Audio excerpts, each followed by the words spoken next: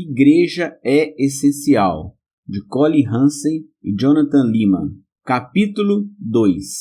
Quem pode pertencer a uma igreja? Colin Hansen.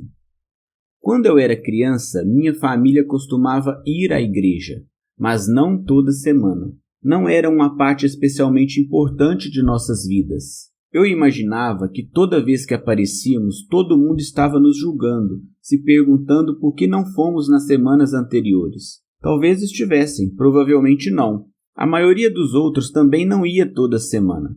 Quando me sentava lá atrás com minha família, tinha muitas perguntas sobre evolução e dinossauros. Concluí que quando minha geração assumisse o controle, abandonaríamos a igreja como uma espécie de ilusão tola para as gerações anteriores. Você pode imaginar minha surpresa, então, quando comecei a ver outros adolescentes animados com Jesus e a igreja. Eu não achava que fosse possível. Pensava que você tinha que ser estranho, uma espécie de pária, para realmente gostar da igreja.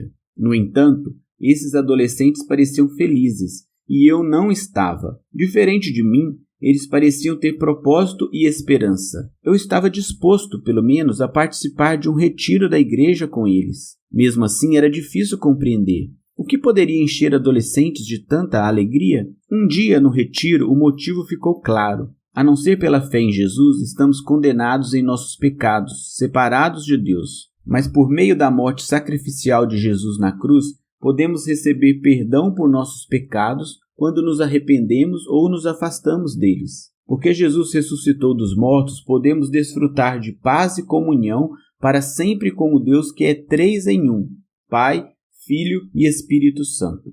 Não sei dizer se já tinha ouvido essa mensagem antes na igreja. Se ouvi, não me impressionou da maneira que aconteceu durante esse retiro. E eu nunca mais seria o mesmo. Eu tinha sido convertido. A mudança foi imediatamente aparente para meus familiares e amigos. Eu tinha alegria, liberdade e esperança. Depois da minha experiência, muitos deles também creram. Mais tarde, fui batizado e entrei para uma igreja. Então fez sentido o motivo de eu ter uma visão tão negativa da igreja quando mais novo. Era porque ainda não tinha sido convertido. Minha família esperava um comparecimento diligente, mas não uma participação de todo o coração. Tive que redescobrir a igreja e responder para mim mesmo as perguntas sobre quem pode pertencer a ela e que requisitos uma pessoa precisa ter. Quem então pode pertencer a uma igreja? Cristãos batizados, pessoas que nasceram de novo e se identificam como crentes por meio do batismo. Como se sabe, nossos amigos pedobatistas diriam que os filhos dos crentes também podem fazer parte de uma igreja após o batismo infantil, como membros não comungantes. Mesmo assim, todos concordam que entre os adultos, uma pessoa deve nascer de novo e ser batizada para fazer parte de uma igreja. Discutiremos o batismo no capítulo 5. Vamos pensar agora sobre a conversão e por que ela é essencial para redescobrir a igreja. Estragando a festa. Provavelmente, aqueles de nós que frequentaram a mesma igreja por um longo tempo não sabem como pode ser tudo estranho para um visitante. Se você não sabe nada sobre igrejas, então somente entrar no prédio exige coragem. Aonde você vai? O que dizer? Afinal, você pode entrar mesmo? Alguém o quer ali ou o espera? O que você deve vestir? E como se isso não bastasse, a Covid-19 acrescentou perguntas sobre se a igreja é online ou presencial, em lugar fechado ou aberto, com ou sem máscaras, sem falar nas expectativas sobre vacinas. Para quem é novo na igreja, a terminologia parece engraçada. Quando você já ouviu o termo bênção fora da igreja? Onde mais há um gasofilácio? A música não é familiar. Não há muitos lugares onde você canta acompanhado por um órgão hoje em dia. Quando cantamos as mesmas canções de 30 anos atrás na igreja, chamamos isso de música cristã contemporânea. No rádio, isso se chama clássicos. Se você conseguir obter boas respostas para suas muitas perguntas sobre a igreja, parabéns! Agora, você verá que as respostas mudam dependendo da igreja. Qual é a diferença entre batistas, católicos romanos, metodistas, presbiterianos e anglicanos? E uma igreja batista nos Estados Unidos pode não se parecer, nem soar, nem causar uma sensação semelhante a uma igreja batista em Uganda. Certa vez, preguei em uma igreja pentecostal na Itália. Preparei um sermão com apenas metade dos meus 30 minutos habituais, pois sabia que precisaria ser traduzido. Quando terminei, ninguém se mexeu. Ocorreu-me que não cheguei a perguntar quanto tempo seus sermões costumavam durar. Só mais tarde percebi que eles esperavam que eu ensinasse por 1 hora. Eles devem ter se sentido enganados. Esses costumes variam de igreja para igreja, de tradição para tradição e de país para país. Visitar uma igreja pode ser como estragar um dia de festa de outra família. Imagine que você decide bater na porta de alguém na hora da ceia de Natal. Todas as pessoas de lá se conhecem e se amam, pelo menos é o que demonstram no Natal. Mas você é um estranho. Imagine que eles realmente o convidem para participar das festividades. Graças à cultura popular, você provavelmente tem uma ideia geral do que esperar. Haverá comida e presentes, mas os pratos dependerão das tradições familiares já simplesmente pressupostas ao longo de gerações. Da mesma forma, o modo pelo qual e para quem eles dão presentes seguirá um padrão fortemente defendido pelos guardiões da herança familiar. Se você fizer algo errado, arruinará essa experiência íntima para todos. Pode ser essa a sensação de visitar uma igreja, mesmo que essa igreja queira muito que você a visite e seja membro. Anteriormente, comparamos a igreja a uma família espiritual. O que isso significa? Para se tornar parte de uma família, você precisa ter nascido nela ou ser adotado. E a Bíblia realmente usa ambos os conceitos para descrever o que é chamado de conversão, que é como você se torna parte dessa família espiritual da igreja. Assim como você não escolhe nascer ou ser adotado, também não escolhe a conversão. Vamos explorar então o que a Bíblia ensina sobre nascimento espiritual e a adoção como algo necessário para fazer parte da igreja. É preciso nascer de novo. Se você está confuso com o conceito de nascimento espiritual, você não é o primeiro. Na verdade, o nascimento espiritual espantou um dos primeiros seguidores de Jesus e levou a uma das conversas mais conhecidas do Novo Testamento. O nome do seguidor era Nicodemos, e você pode ler sobre ele em João 3. Ele pertencia aos fariseus, um grupo de judeus especialmente zelosos que muitas vezes entraram em conflito com Jesus por causa da interpretação da lei. Nicodemos, então, não se sentiu confortável em se aproximar de Jesus à luz do dia, por medo de ser visto como inimigo. Mas ele não podia negar o que vira em Jesus. Era óbvio que Jesus não teria sido capaz de realizar milagres como transformar água em vinho no casamento de Caná, a menos que viesse de Deus. No entanto, Nicodemos sequer chegou a fazer uma pergunta quando Jesus lançou esta bomba sobre ele. Abre aspas, em verdade te digo que se alguém não nascer de novo, não pode ver o reino de Deus. Fecha aspas. João 3:3. Como assim? Nicodemos fez a pergunta óbvia em seguida. Como isso é possível? Depois de sair de sua mãe, você não pode voltar a entrar. Jesus não esclareceu muito em sua resposta. Abre aspas, em verdade te digo, quem não nascer da água e do Espírito não pode entrar no reino de Deus. Fecha aspas. João 3:5. Essa é a chave para as nossas perguntas neste capítulo. Quem pode visitar o prédio de uma igreja para um culto de adoração? A resposta é qualquer um. Mas quem pode pertencer à família espiritual chamada igreja? Somente aqueles que entraram no reino de Deus. Apenas aqueles que nasceram da água e do Espírito, de acordo com Jesus. Isto é, apenas aqueles que nasceram de novo e foram batizados.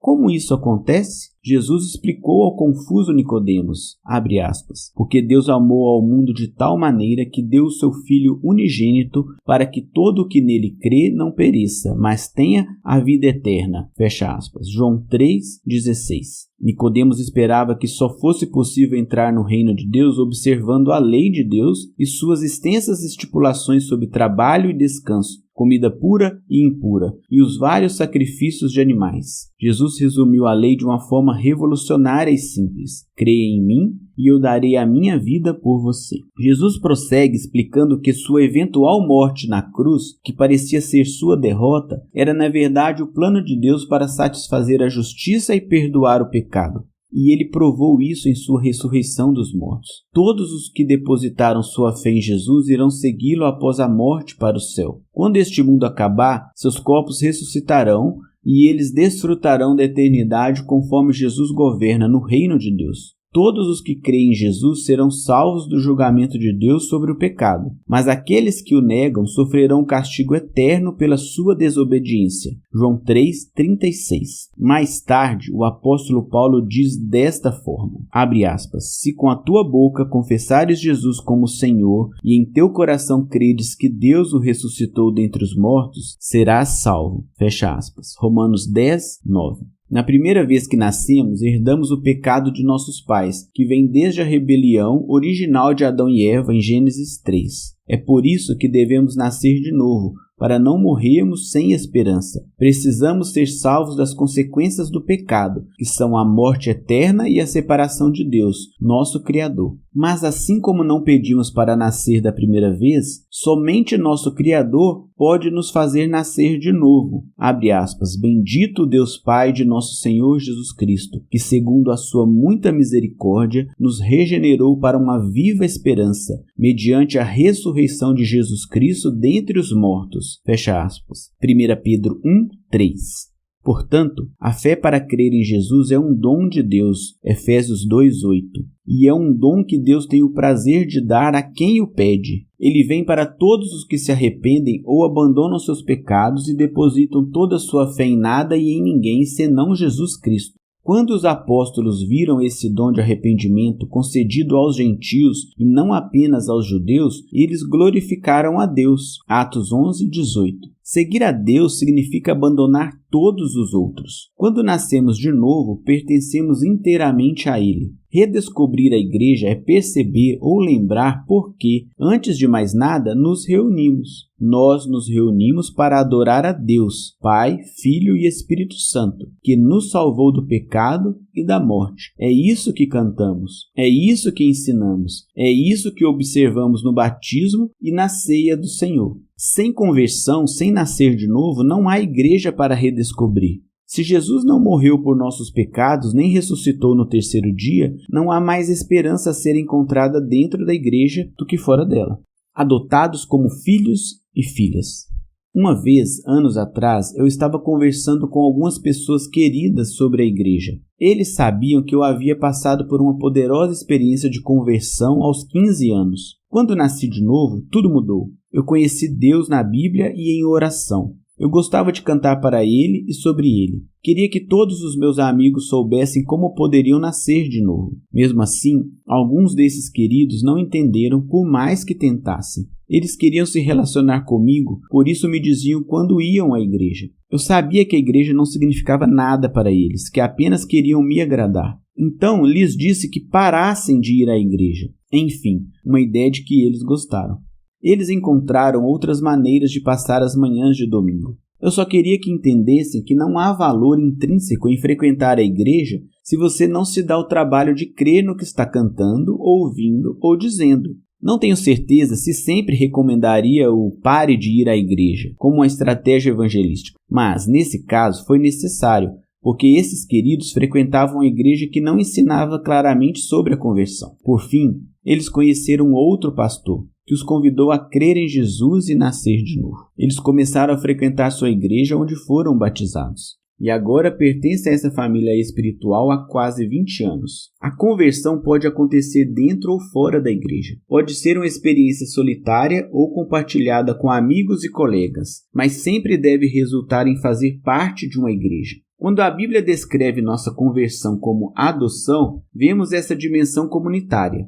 Podemos ler em Gálatas 4:4 e 5, abre aspas, vindo porém à plenitude do tempo, Deus enviou seu Filho, nascido de mulher, nascido sob a lei, para resgatar os que estavam sob a lei, a fim de que recebêssemos a adoção de filhos. Fecha aspas. A palavra filhos reflete uma posição hereditária privilegiada no mundo antigo. Mas essa promessa se aplica a todos os homens e as mulheres que creem em Jesus. Quando Deus o adota, quando lhe dá o dom da fé em seu Filho, ele o recebe em uma família espiritual de irmãos e irmãs, a saber, a igreja. Pense nisso dessa maneira. Na adoção, a criança ganha novos pais, mas ela também ganha novos irmãos. Quando se torna um filho, ela também se torna um irmão. Dois relacionamentos novos, mas distintos. Quando se torna um filho, você consegue um lugar na foto de família ao lado de seus irmãos. E é isso que acontece na conversão. Seu pai o coloca na foto de família com seus novos parentes. Vamos dar uma olhada mais de perto nessa foto de família.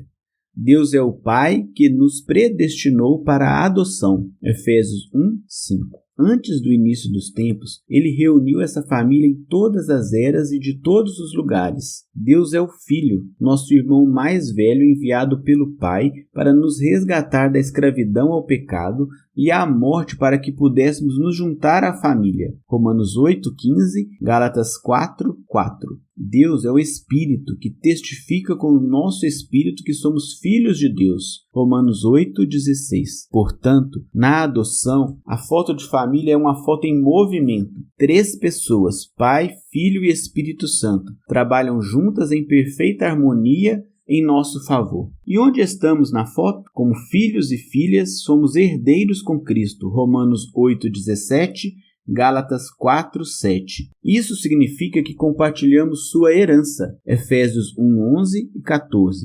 O que isso inclui?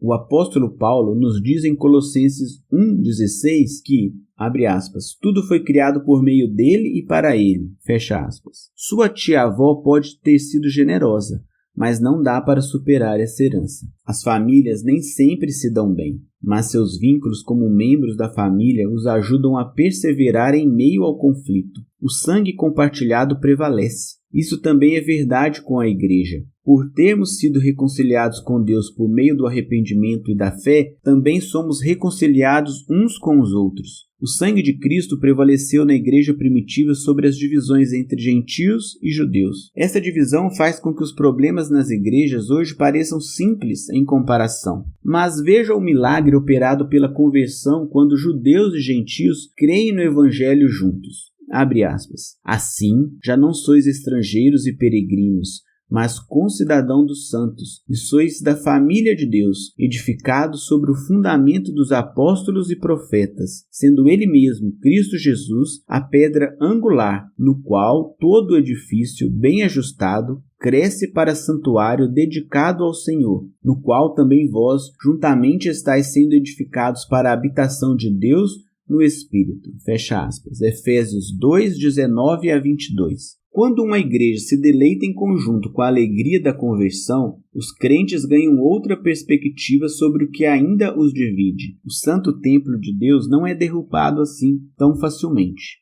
Separados. Uma das maiores responsabilidades que tenho como presbítero em minha igreja é entrevistar novos membros. Nos últimos 5 anos ou mais, meus colegas presbíteros e eu recebemos mais de 1.000 novos membros. Isso significa que ouvi muitas histórias de conversão. Não me encontro com eles para interrogar os que estão interessados em serem membros, mas simplesmente para confirmar que experimentaram a conversão que estamos discutindo neste capítulo e podem explicá-la a alguém mais que deseje ser um cristão. A história de cada pessoa é única no que diz respeito ao papel da família, da igreja ou de ministérios como os de jovens. Alguns se envolveram em pecados especialmente perversos, a maioria não. Raramente encontro alguém que não tenha se afastado da igreja por um tempo. Normalmente, a fé da pessoa não é exatamente igual à da família onde cresceu. Gosto de ouvir essas histórias ecléticas sobre a obra de adoção de Deus, de como as pessoas nascem de novo. Isso nunca fica cansativo. Ocasionalmente encontro alguém que deseja fazer parte de nossa igreja, mas claramente não nasceu de novo. Às vezes peço para a pessoa que explique as boas novas ou o evangelho de Jesus, e é como se eu tivesse pedido a meu filho de 6 anos que explicasse a teoria da relatividade de Einstein. Não recebo nada além de um olhar perdido.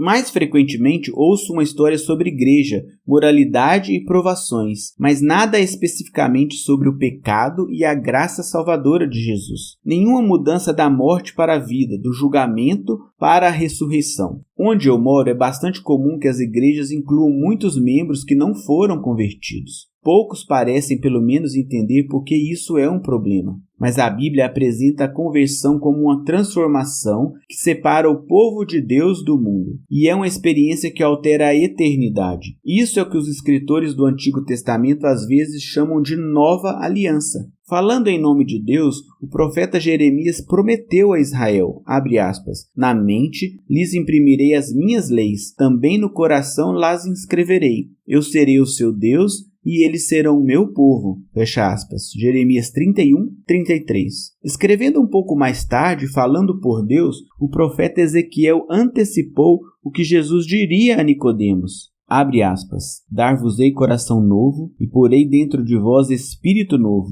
Tirarei de vós o coração de pedra e vos darei coração de carne. Porei dentro de vós o meu espírito e farei que andeis nos meus estatutos, guardeis os meus juízos e os observeis. Fecha aspas. Ezequiel 36, 26 e 27. Passagens como essas não descrevem a igreja como um lugar onde as pessoas meio que tentam ser boas e meio que tentam ajudar uns aos outros, pelo menos se for conveniente. Não. A nova aliança penetra profundamente em nossos corações. Ela faz uma mudança radical. Ela nos faz abandonar a nossa vida anterior e nos voltar para Cristo. Ela fornece o poder do Espírito para obedecer à lei escrita em novos corações. Dentro da igreja não podemos saber o verdadeiro estado espiritual de todos, o que eles creem do fundo do coração. Mas isso não muda o projeto arquitetônico da Bíblia para nossas igrejas. Qual a intenção dela e quais deveriam ser as nossas práticas? Se você nasceu de novo, isto é, arrependeu-se de seus pecados e crê em Jesus, você pode pertencer à igreja. Você não precisa se contentar com o dever, sem compreensão ou propósito, enquanto sonha acordado junto com o meu eu mais jovem sobre um futuro sem igrejas. Quando você é convertido, não pode deixar de adorar. Você fica ansioso para se reunir e adorar com os outros crentes em Jesus. Falando em reuniões,